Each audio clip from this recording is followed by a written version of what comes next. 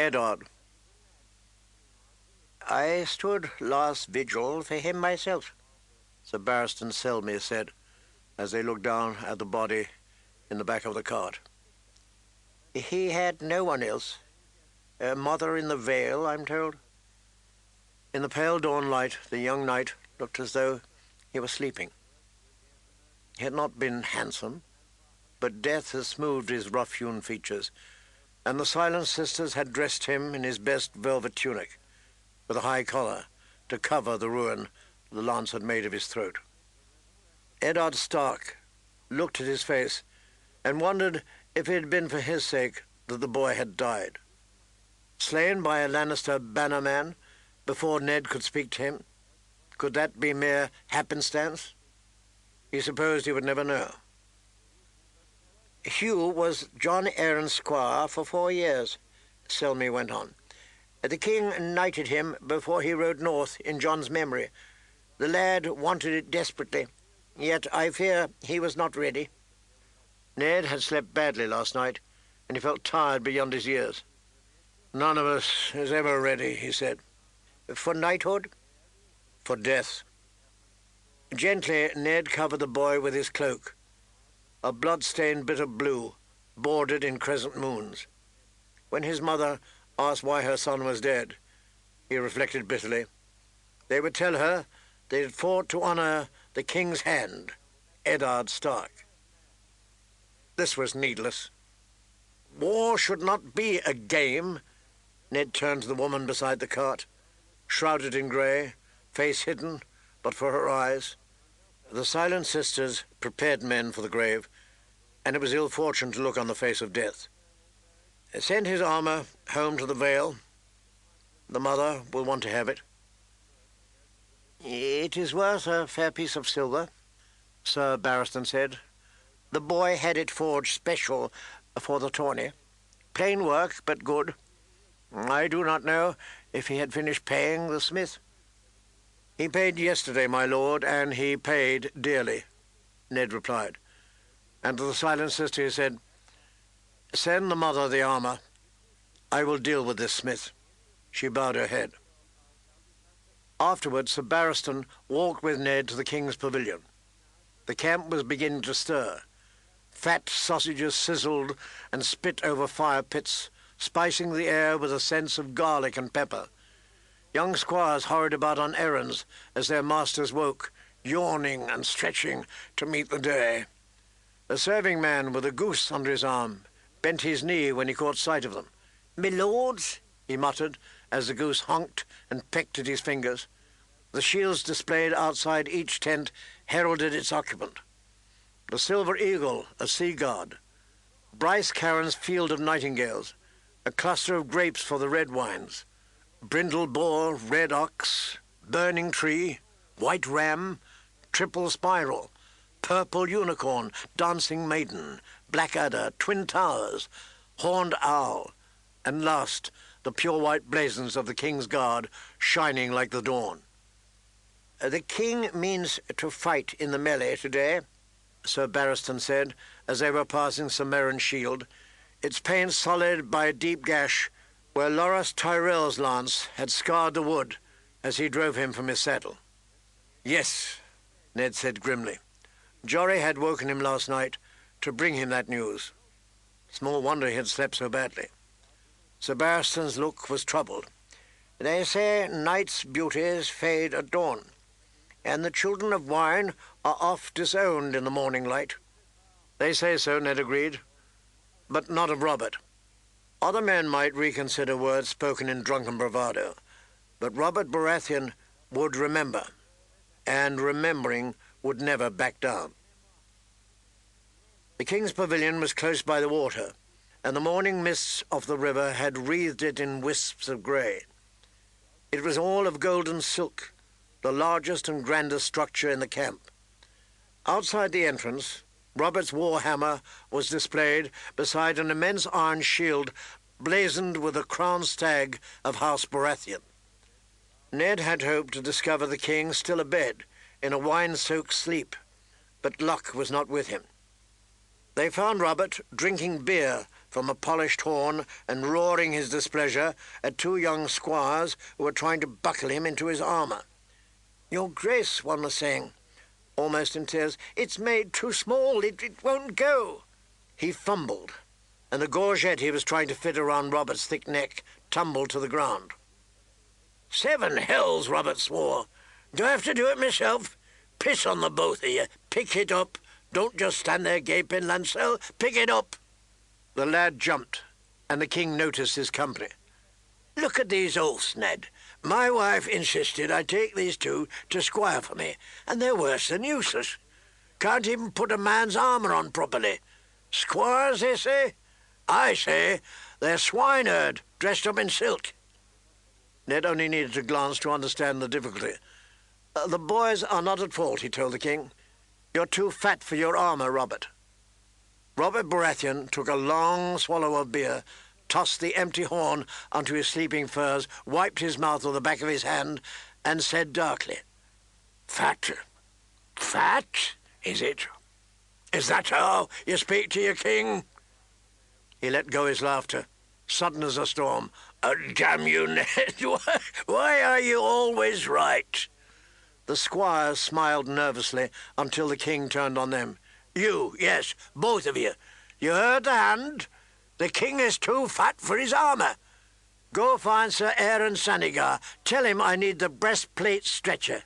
Now, what are you waiting for?" The boys tripped over each other in their haste to be quit of the tent. Robert managed to keep a stern face until they were gone. Then he dropped back in his chair, shaking with laughter. Sir Barristan Selmy chuckled with him. Even Eddard Stark managed a smile. Always, though, the graver thoughts crept in. He could not help taking note of the two squires. Handsome boys, fair and well-made. One was Sansa's age, with long golden curls, the other perhaps 15, sandy-haired, with a wisp of a moustache and the emerald-green eyes of the Queen. "I wish I could be there to see Sanigar's face," Robert said. "I hope he'll have the wit to send them to someone else. We ought to keep them running all day." "Those boys," Ned asked him, "Lannisters?" Robert nodded, wiping tears from his eyes. "Cousins, sons of Lord Tywin's brother. One of the dead ones, or perhaps the live one. Now that I come to think of it, I don't recall. My wife comes from a very large family, Ned." A very ambitious family, Ned thought. He had nothing against the squires, but it troubled him to see Robert surrounded by the Queen's kin, waking and sleeping. The Lannister appetite for offices and honours seemed to know no bounds. "The talk is you and the Queen had angry words last night." The mirth curdled on Robert's face. "The woman tried to forbid me to fight in the melee. She's sulking in the castle now, damn her. Your sister would never have shamed me like that." "You never knew Lyanna as I did, Robert," Ned told him. "You saw her beauty, but not the iron underneath. She would have told you that you have no business in the melee." "You too?" the king frowned. "You're a sour man, Stark. Too long in the north. All the juices are frozen inside you. Well, mine are still running." He slapped his chest to prove it.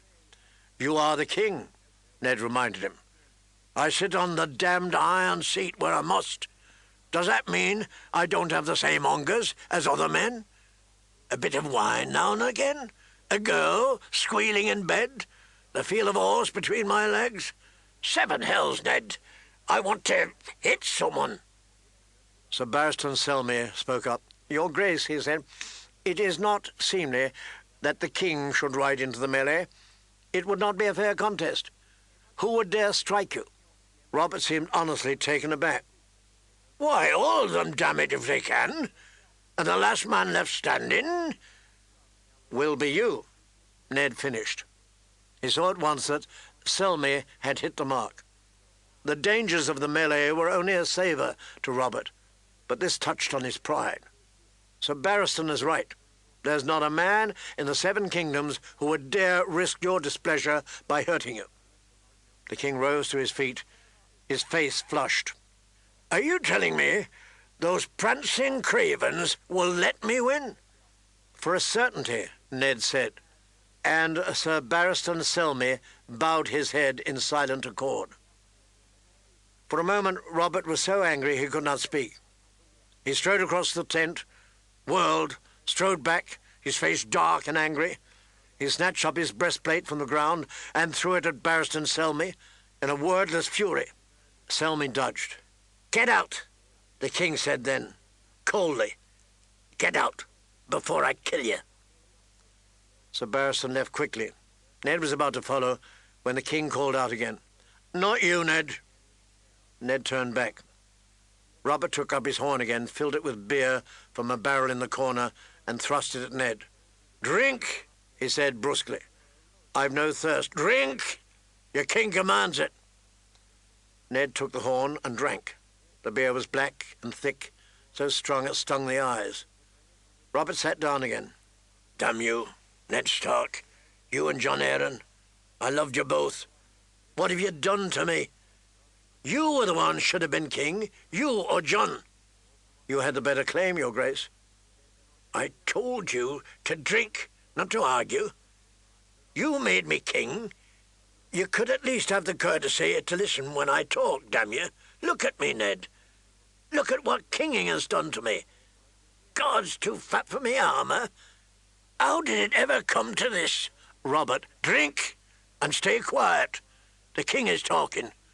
"I swear to you, I was never so alive as when I was winning this throne, or so dead as now that I've won it. And Cersei, I've John Arryn to thank for her. I had no wish to marry after Lyanna was taken from me, but John said the realm needed an heir. Cersei Lannister would be a good match, he told me. She would bind Lord Tywin to me, should Viserys Targaryen ever try to win back his father's throne." The king shook his head. "I love that old man, I swear it, but now I think he was a bigger fool than Moon Boy. Oh, Cersei is lovely to look at, truly, but cold. Oh, the way she guards her cunt. You'd think she'd had all the gold of Casterly Rock between her legs. Here, give me that beer, if you won't drink it." He took the horn, upended it, belched, wiped his mouth. "I'm sorry for your girl, Ned, truly. About the wolf, I mean. My son was lying. I'll stake my soul on that. My son... You love your children, don't you?" "With all my heart," Ned said. "Let me tell you a secret, Ned. More than once I've dreamed of giving up the crown. Take a ship for the free cities with my horse and my hammer, spend my time warring and whoring. That's what I was made for. The sellsword king. How the singers would love me. You know what stops me? The thought of Joffrey on the throne, with Cersei standing behind him, whispering in his ear. My son. How could I have made a son like that, Ned?" "He's only a boy," Ned said awkwardly. He had small liking for Prince Joffrey, but you could hear the pain in Robert's voice. "Have you forgotten how wild you were at his age?" "It would not trouble me if the boy was wild, Ned. You don't know him as I do." He sighed and shook his head. Perhaps you're right. John despaired of me often enough, yet I grew into a good king." Robert looked at Ned and scowled at his silence. "You might speak up and agree now, you know." "Your Grace," Ned began carefully. Robert slapped Ned on the back. Say I'm a better king than Aerys and be done with it. You never could lie for love nor honour, Ned Stark. I'm still young, and now that you're here with me, things will be different. We'll make this a reign to sing of, and damn the Lannisters to 7 hells. I smell bacon. Who do you think our champion will be today? Have you seen Mace Tyrell's boy? The Knight of Flowers, they call him. Now there's a son any man would be proud to own to. Last tourney, he dumped the Kingslayer on his golden rump. You ought to have seen the look on Cersei's face. I laughed till my sides hurt. Renly says he has this sister, a maid of 14. Ooh, lovely as a dawn. They broke their fast on black bread and boiled goose eggs and fish fried up with onions and bacon at a trestle table by the river's edge. The king's melancholy melted away with the morning mist, and before long Robert was eating an orange and waxing fond about a morning at the Erie when they had been boys. I'd given John a barrel of oranges, remember? Only the things had gone rotten, so I flung mine across the table and hit Dax right on the nose. You remember Redford's pock-faced squire? He tossed one back at me, and before John could so much as fart, there were oranges flying across the high hall in every direction. He laughed uproariously, and even Ned smiled, remembering. This was the boy he'd grown up with, he thought. This was the Robert Baratheon he'd known and loved. If he could prove that the Lannisters were behind the attack on Bran, prove that they had murdered Jon Arryn, this man would listen. Then Cersei would fall, and the Kingslayer with her. And if Lord Tywin dared to rouse the West, Robert would smash him as he had smashed Rhaegar Targaryen on the Trident. He could see it all so clearly. That breakfast tasted better than anything Eddard Stark had eaten in a long time. And afterward, his smile came easier and more often, until it was time for the tournament to resume. Ned walked with the king to the jousting field. He had promised to watch the final tilts with Sansa. Septon Mordain was ill today, and his daughter was determined not to miss the end of the jousting.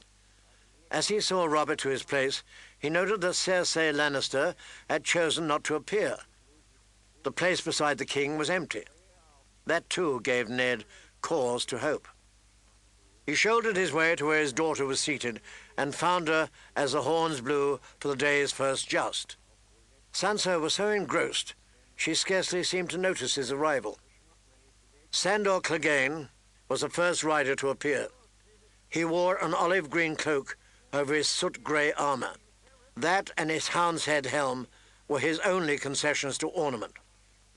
100 golden dragons on the Kingslayer, Littlefinger announced loudly as Jaime Lannister entered the lists riding an elegant blood-bay destrier. The horse wore a blanket of gilded ringmail, and Jaime glittered from head to heel. Even his lance was fashioned from the golden wood of the Summer Isles. "Done," Lord Renly shouted back. "The hound has a hungry look about him this morning." "Even hungry dogs know better than to bite the hand that feeds them," Littlefinger called dryly. Sandor Clegane dropped his visor with an audible clang and took up his position. Sir Jaime tossed a kiss to some woman in the Commons, gently lowered his visor, and rode to the end of the lists. Both men couched their lances. Ned Stark would have loved nothing so much as to see them both lose, but Sansa was watching it all moist-eyed and eager. The hastily erected gallery trembled as the horses broke into a gallop. The hound leaned forward as he rode, his lance rock-steady, but Jaime shifted his seat deftly in the instant before impact. Clegane's point was turned harmlessly against the golden shield with the line blazoned, while his own hit square. Wood shattered, and the hound reeled, fighting to keep his seat. Sansa gasped. A ragged cheer went up from the Commons. "I wonder how I ought to spend your money," Littlefinger called down to Lord Renly. The hound just managed to stay in the saddle. He jerked his mount around hard and rode back to the lists for the second pass. Jaime Lannister tossed down his broken lance and snatched up a fresh one, jesting with his squire. The hound spurred forward at a hard gallop. Lannister rode to meet him. This time, when Jaime shifted his seat, Sandor Clegane shifted with him. Both lances exploded.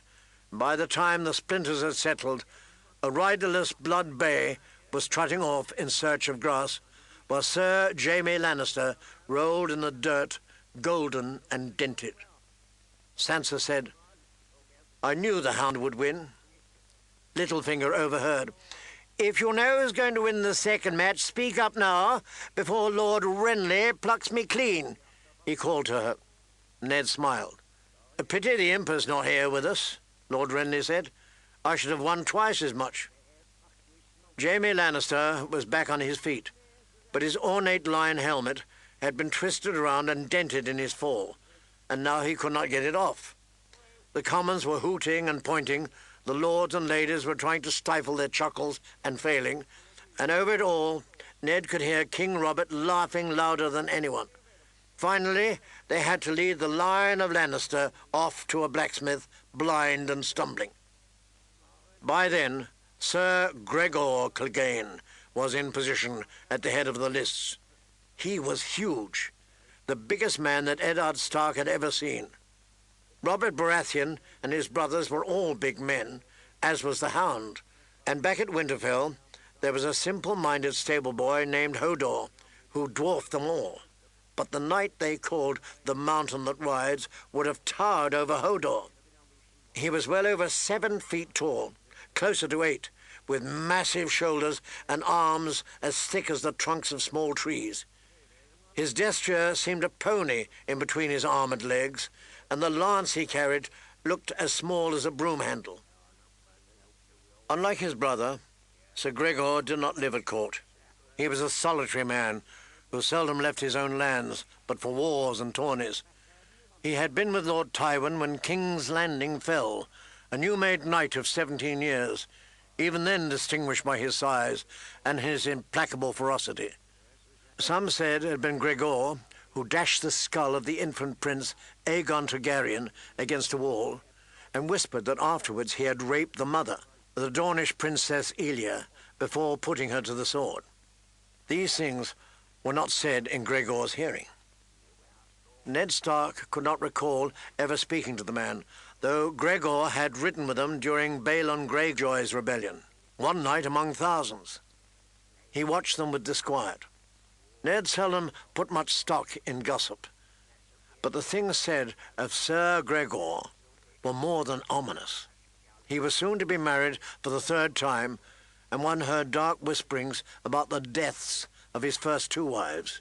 It was said that his keep was a grim place, where servants disappeared unaccountably, and even the dogs were afraid to enter the hall.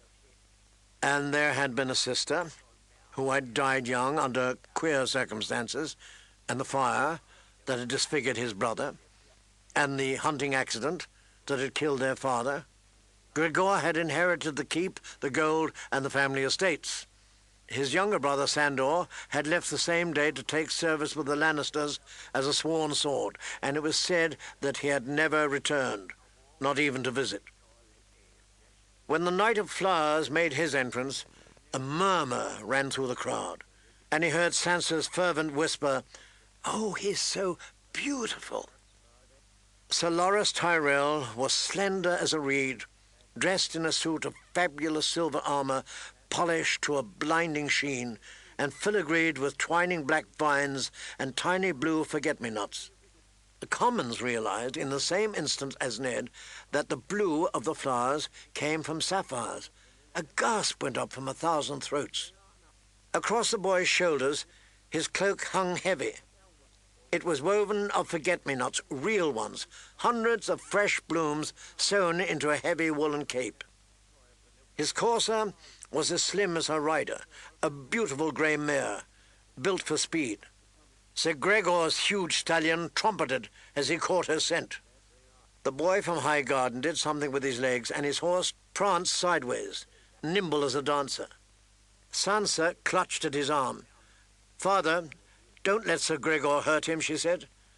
Ned saw she was wearing the rose that Sir Loras had given her yesterday. Jory had told him about that as well. "These are tawny lances," he told his daughter. "They make them to splinter on impact, so no one is hurt."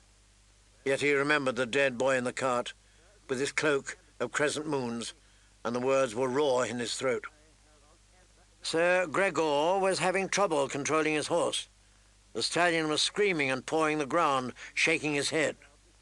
The mountain kicked at the animal savagely with an armoured boot. The horse reared and almost threw him. The Knight of Flowers saluted the king, rode to the far end of the list, and couched his lance ready. Sir Gregor brought his animal to the line, fighting with the reins. and suddenly it began. The mountain stallion broke into a hard gallop, plunging forward wildly, while the mare charged as smooth as a flow of silk. Sir Gregor wrenched his shield into position, juggling with his lance, and all the while fought to hold his unruly mount on a straight line. And suddenly Loris Tyrrell was on him, placing the point of his lance just there, and in an eye blink the mountain was falling. He was so huge that he took his horse down with him in a tangle of steel and flesh. Ned heard applause, cheers, whistles, shocked gasps, excited muttering, and over it all the rasping, raucous laughter of the hound. The Knight of Flowers reined up at the end of the list. His lance was not even broken. His sapphires winked in the sun as he raised his visor, smiling. The commons went mad for him. In the middle of the field, Sir Gregor Clegane disentangled himself and came boiling to his feet. He wrenched off his helm and slammed it down onto the ground. His face was dark with fury, and his hair fell down into his eyes. "My sword!" he shouted to his squire, and the boy ran it out to him. By then his stallion was back on his feet as well. Gregor Clegane killed the horse with a single blow of such ferocity that it half severed the animal's neck. Cheers turned to shrieks in a heartbeat. The stallion went down to its knees, screaming as it died. By then Gregor was striding down the lists towards Sir Loris Tyrrell, his bloody sword clutched in his fist. "Stop him!" Ned shouted, but his words were lost in the roar. Everyone else was yelling as well, and Sansa was crying. It all happened so fast. The Knight of Flowers was shouting for his own sword as Sir Gregor knocked his squire aside and made a grab for the reins of his horse. The mare scented blood and reared. Loris Tyrrell kept his seat, but barely. Sir Gregor swung his sword, a savage two-handed blow that took the boy in the chest and knocked him from his saddle. The courser dashed away in panic, as Sir Loris lay stunned in the dirt. But as Gregor lifted his sword for the killing blow, a rasping voice warned, "Leave him be!" and a steel-clad hand wrenched him away from the boy.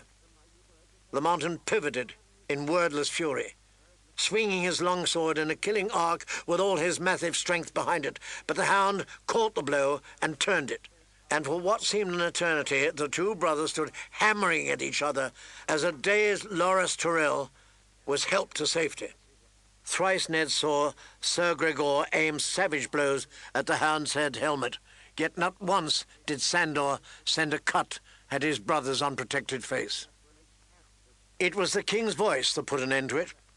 The king's voice and 20 swords. John Arryn had told them that a commander needs a good battlefield voice, and Robert had proved the truth of that on the Trident. He used that voice now. "Stop this madness!"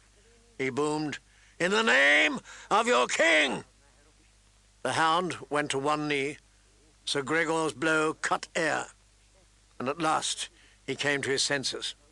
He dropped his sword and glared at Robert, surrounded by his king's guard and a dozen other knights and guardsmen. Wordlessly, he turned and strode off, shoving past Barristan Selmy. "Let him go," Robert said, and as quickly as that, it was over. "Is the hound the champion now?" Sansa asked Ned. "No," he told her. "There will be one final joust between the hound and the Knight of Flowers." But Sansa had the right of it after all. A few moments later, Sir Loris Tyrrell walked back onto the field in a simple linen doublet and said to Sandor Clegane, "I owe you my life. The day is yours, sir." "I'm no sir," the hound replied, but he took the victory and the champion's purse, and for perhaps the first time in his life, the love of the commons. They cheered him as he left the lists to return to his pavilion.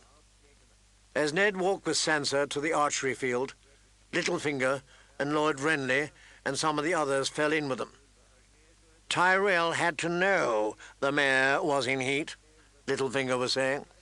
"I swear the boy planned the whole thing. Gregor has always favoured huge, ill-tempered stallions with more spirit than sense. The notion seemed to amuse him. It did not amuse Sir Barristan Selmy. There is small honour in tricks, the old man said stiffly. Small honour and 20,000 golds, Lord Renly smiled.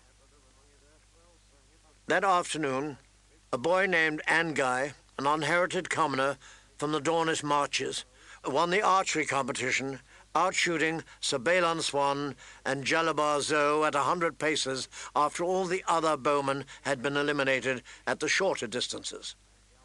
Ned sent Alan to seek him out and offer him a position with the Hand's Guard, but the boy was flush with wine and victory and riches undreamed of, and he refused. The melee went on for 3 hours. Nearly 40 men took part, free riders and hedge knights, new-made squires in search of a reputation. They fought with blunted weapons in a chaos of mud and blood, small troops fighting together and then turning on each other as alliances formed and fractured, until only one man was left standing. The victor was the Red Priest, Thoros of Myr, a madman who shaved his head and fought with a flaming sword. He had won melees before. The fire sword frightened the mounts of the other riders, and nothing frightened Thoros. The final tally was 3 broken limbs, a shattered collarbone, a dozen smashed fingers, 2 horses that had to be put down, and more cuts, sprains, and bruises than anyone cared to count. Ned was desperately pleased that Robert had not taken part. That night, at the feast, Eddard Stark was more hopeful than he had been in a great while. Robert was in a high good humour, the Lannisters were nowhere to be seen, and even his daughters were behaving. Jory brought Arya down to join them, and Sansa spoke to her sister pleasantly. The tournament was magnificent, she sighed. You should have come. How was your dancing? I'm sore all over, Arya reported happily, proudly displaying a huge purple bruise on her leg. You must be a terrible dancer, Sansa said doubtfully. Later, while Sansa was off listening to a troupe of singers perform the complex round of interwoven ballads called the Dance of the Dragons, Ned inspected the bruise himself. I hope Farrell is not being too hard on you, he said. Arya stood on one leg. She was getting much better at that of late. Syrio says that every hurt is a lesson, and every lesson makes you better. Ned frowned. The man, Syrio Farrell, had come with an excellent reputation, and his flamboyant, bravasti style was well suited to Arya's slender blade, yet still. A few days ago she had been wandering round with a swatch of black silk tied over her eyes. Syrio was teaching her to see with her ears and her nose and her skin, she told him. Before that, he had her doing spins and backflips. Arya, are you certain you want to persist in this? She nodded. Tomorrow, we're going to catch cats. Cats? Ned sighed. Perhaps it was a mistake to hire this Bravossi. If you like, I will ask Jory to take over your lessons, or I might have a quiet word with Sir Barristan. He was the finest sword in the 7 Kingdoms in his youth. I don't want them, Arya said. I want Syrio. Ned ran his fingers through his hair. Any decent master-at-arms could give Arya the rudiments of slash and parry without this nonsense of blindfolds, cartwheels, and hopping around on one leg. But he knew his youngest daughter well enough to know there was no arguing with that stubborn jut of jaw. As you wish, he said. Surely she would grow tired of this soon. Try to be careful. I will, she promised solemnly, as she hopped smoothly from a right leg to a left. Much later, after he had taken the girls back through the city and seen them both safe in bed, Sansa with her dreams and Arya with her bruises, Ned ascended to his own chamber atop the Tower of the Hand. The day had been warm and the room was close and stuffy. Ned went to the window and unfastened heavy shutters to let in the cool night air. Across the great yard, he noticed the flickering glow of candlelight from Littlefinger's windows. The hour was well past midnight. Down by the river, the rebels were only now beginning to dwindle and die. He took out the dagger and studied it. Littlefinger's blade, won by Tyrion Lannister in a tourney wager. Sent to slay Bran in his sleep? Why? Why would the dwarf want Bran dead? Why would anyone want Bran dead? The dagger, Bran's fall, all of it was linked somehow to the murder of Jon Arryn. He could feel it in his gut, but the truth of Jon's death remained as clouded to him as when he had started. Lord Stannis had not returned to King's Landing for the tourney. Lysa Arryn held her silence behind the high walls of the Eyrie. The squire was dead, and Jory was still searching the whorehouses. What did he have but Robert's bastard? That the armourer's sullen apprentice was the king's son, Ned had no doubt. The Baratheon look was stamped on his face, in his jaw, his eyes, that black hair. Renly was too young to have fathered a boy of that age. Stannis, too cold and proud in his honour. Gendry had to be Robert's. Yet knowing all that, what had he learned? The king had other base-born children scattered throughout the Seven Kingdoms. He had openly acknowledged one of his bastards, a boy of Bran's age, whose mother was high-born. The lad was being fostered by Lord Renly's castellan at Storm's End. Ned remembered Robert's first child as well, a daughter, born in the Vale when Robert was scarcely more than a boy himself. A sweet little girl. The young lord of Storm's End had doted on her. He used to make daily visits to play with the babe long after he'd lost interest in the mother. Ned was often dragged along for company, whether he willed it or not. The girl would be 17 or 18 now, he realized, older than Robert had been when he fathered her. Strange thought. Cersei could not have been pleased by her lord husband's byblows, yet in the end it mattered little whether the king had one bastard or 100. Law and custom gave the base-born few rights. Gendry, the girl in the Vale, the boy at Storm's End, none of them could threaten Robert's true-born children. His musings were ended by a soft rap on his door. "A man to see you, my lord," Harbin called. "He will not give his name." "Send him in," Ned said, wondering.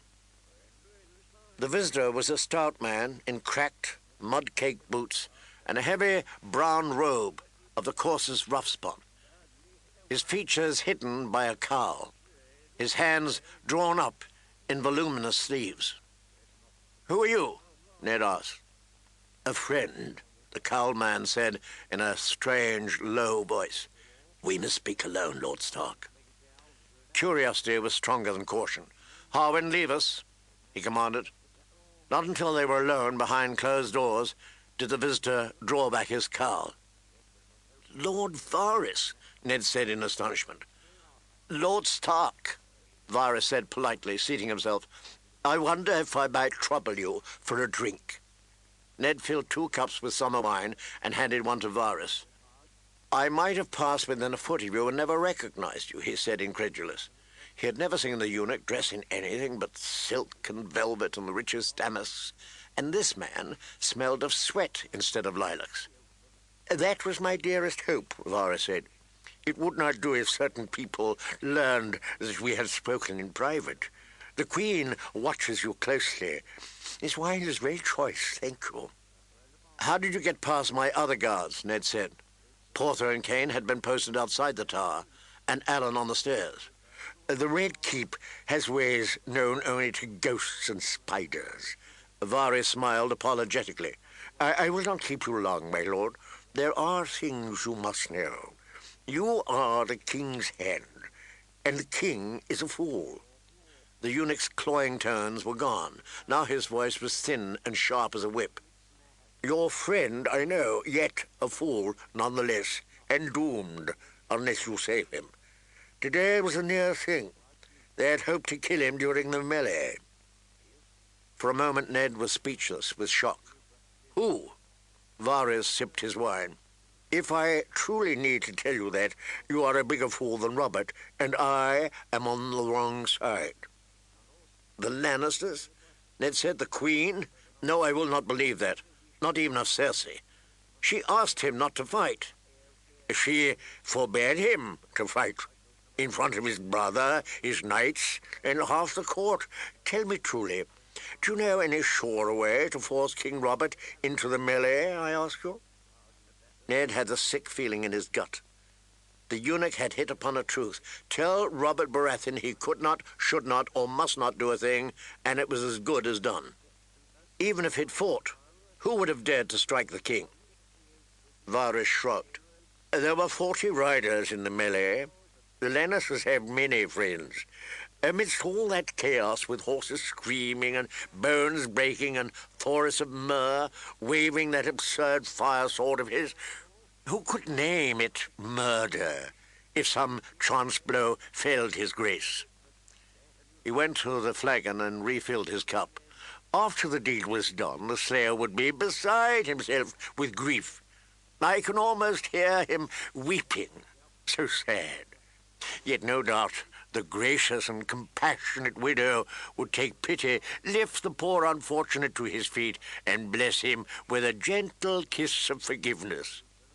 Good King Joffrey would have no choice but to pardon him. The eunuch stroked his cheek, or perhaps Cersei would let Sir Ilyn strike off his head. Less risk for the Lannisters that way, though quite an unpleasant surprise for their little friend. Ned felt his anger rise. You knew of this plot, and you did nothing. I command whisperers, not warriors. You might have come to me earlier. Oh, yes, I confess it. And you would have rushed straight to the king, yes? And when Robert heard of his peril, what would he have done, I wonder? Ned considered that. He would have damned them all, and fought anyway, to show he did not fear them. Varys spread his hands. I will make another confession, Lord Eddard. I was curious to see what you would do. Why not come to me, you ask, and I must answer, why? Because I did not trust you, my lord. You did not trust me? Ned was frankly astonished. The Red Keep shelters two sorts of people, Lord Eddard, Varys said. Those who are loyal to the realm, and those who are loyal only to themselves. Until this morning, I could not say which you might be. So I waited to see, and now I know, for a certainty. He smiled, a plump, tight little smile, and for a moment his private face and public mask were one. I begin to comprehend why the Queen fears you so much. Oh, yes, I do. You are the one she ought to fear, Ned said. No, I am what I am. The king makes use of me, but it shames him. A most puissant warrior is our Robert, and such a manly man has little love for sneaks and spies and eunuchs. If a day should come when Cersei whispers, kill that man, Iliad Payne will snick off my head in a twinkling. And who will mourn poor Varys then? North or south, they sing no songs for spiders. He reached out and touched Ned with a soft hand. But you, Lord Stark, I think, no, I know, he would not kill you, not even for his queen.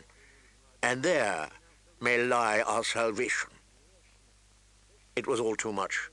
For a moment, Eddard Stark wanted nothing so much as to return to Winterfell, to the clean simplicity of the north, where the enemies were winter and the wildlings beyond the wall. Surely Robert has other loyal friends, he protested. His brothers, his wife, Varys finished, with a smile that cut. His brothers hate the Lannisters, true enough, but hating the Queen and loving the King are not quite the same thing, are they?